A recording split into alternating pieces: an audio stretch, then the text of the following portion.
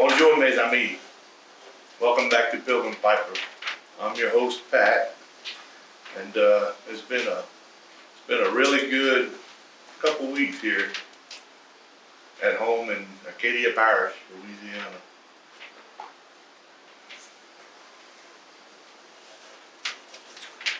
I'm beginning my third year of smoking a pipe, and it's been really enjoyable. And this is the first time I'm trying some of the Boswell Railroad Station, and I was a little bit apprehensive about trying it, but it's been really nice.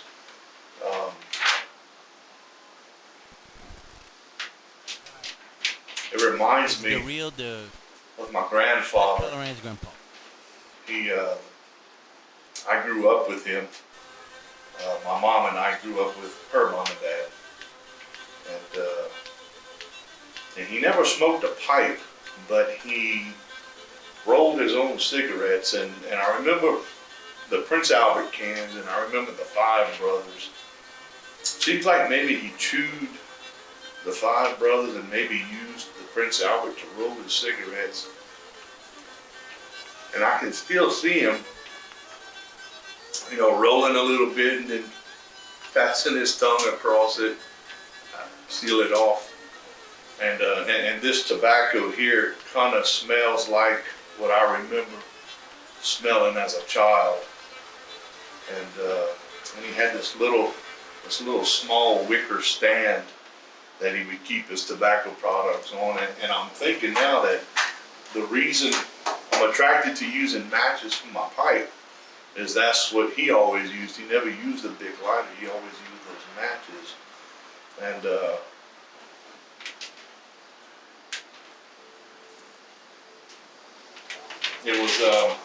it's reminiscent of watching him. And I know that cigarette smoking and pipe smoking are different, but I can correlate some of the artistic value of it. But yeah, he would, and I chose Railroad Station as the first English blend to try, and I've just enjoyed it very much. And I guess first what attracted me is obviously the name, and which brings to mind old stories about my grandfather as well. He really enjoyed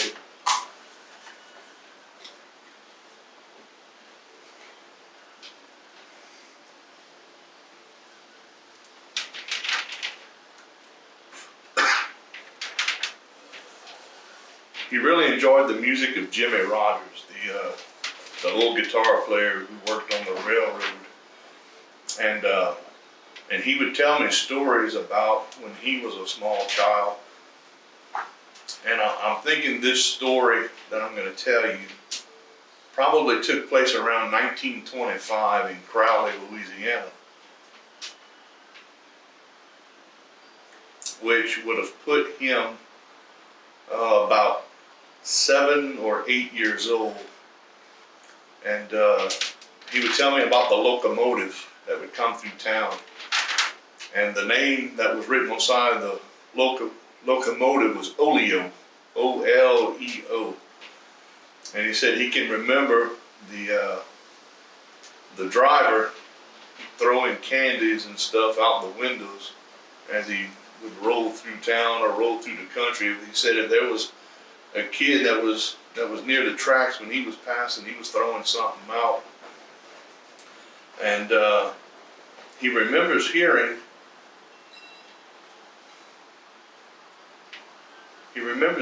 word get around that on this one particular train trip, I guess you would say, that Jimmie Rodgers was rumored to be on that train, and word was getting around pretty quick. And so he went to the local depot, and I imagine some of his older brothers would have been with him. He never really said. But, and sure enough, when the train stopped and was taking care of their business,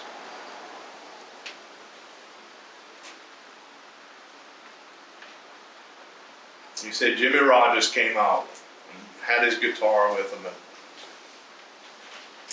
he played at least one song, and naturally he passed the hat around and people were throwing a tip in there. And so that's a pretty cool memory that he had, and I was very happy that he had a chance to see that. And I just try to imagine what that would be like, you know, in that time frame, because now with everything we have, we can, you know, that instant gratification is there. We can, you know, well, obviously we'll never meet Jimmie Rodgers, but we can get a good feel for who he was as a person and a musician through YouTube and internet and all those kinds of things. But I wanted to share that with you. And then sitting outside under my patio smoking the railroad station. I live south of the railroad tracks, probably about a mile and a half, and whenever the train, in the early morning when I hear the train passing and smoking some of this, it puts me in a really nice frame of mind, thinking about, you know, my old grandpa, and I miss him dearly. But anyways, no, so lots of good things have been happening.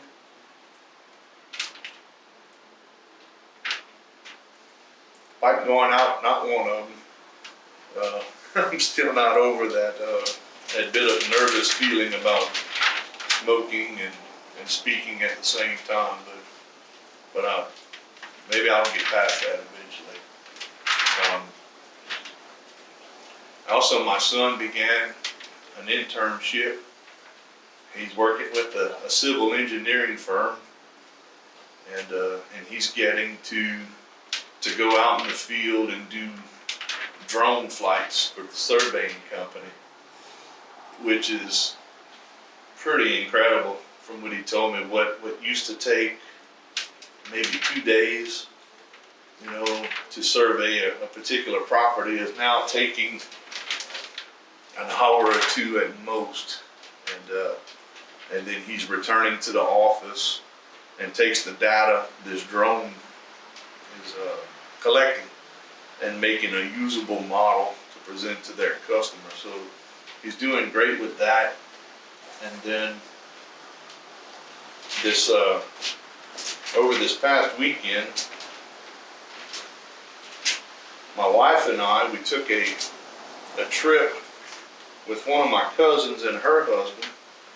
We went over to Annapolis, Maryland to visit their son who's in the U.S. Naval Academy. And that was a fabulous trip. That young boy, he's very dear to me. I didn't realize how much so until a few years ago when he was in school, and he had a particular picture of me with my Cajun band that I was playing music with at the time, and he had it on his folder, and I never did understand quite the reason why, but it turns out the school teacher seen the picture and recognized one of the guys in the band as her brother-in-law, and it was like, wow. And so it was very special to him, which obviously makes very special to me too. And I'm still intrigued by why he chose to put that picture on that, but it was very special.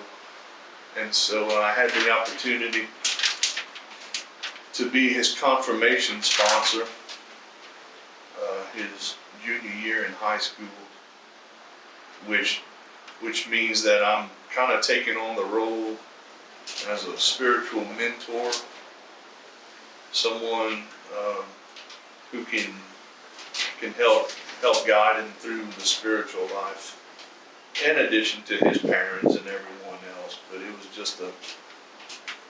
was just a special time, and he's a special person, and I was very happy to be there with everyone. And the Naval Academy is a beautiful property.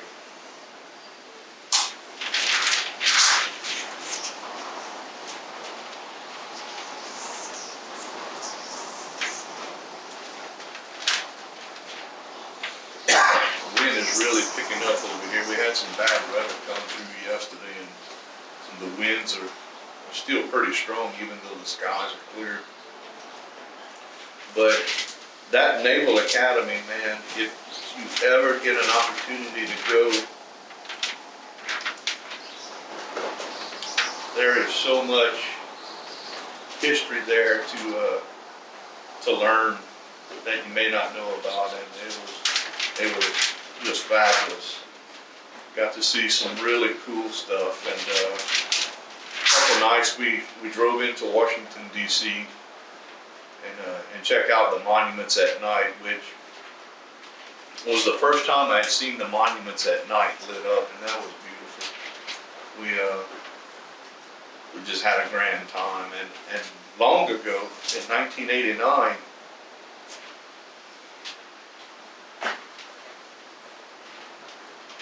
when I was still in Army training, I was doing some of my training at Aberdeen Proving Ground in Aberdeen, Maryland, which is about 60 miles north of the Naval Academy on Chesapeake Bay on that same side.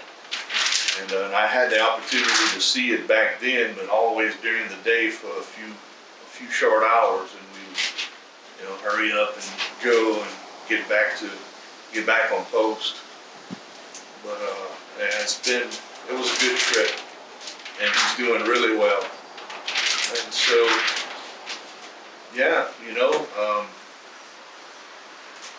feel like I'm rambling on a bit and maybe going fast. But I just wanted to share those stories with you.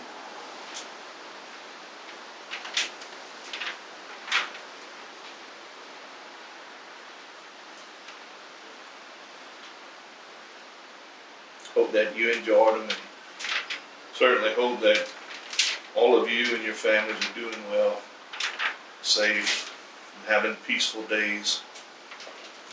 And I thank you all for stopping by, joining me for a few minutes. I really enjoy this. I'm enjoying, my third year of going into pipe smoking, and all the stories that you all share. It's really fun, and it's a blessing in a way it's kind of hard to explain.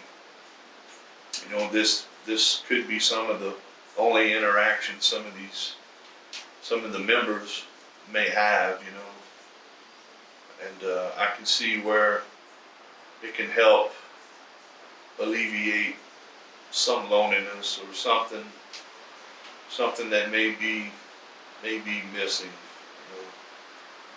So thank you all.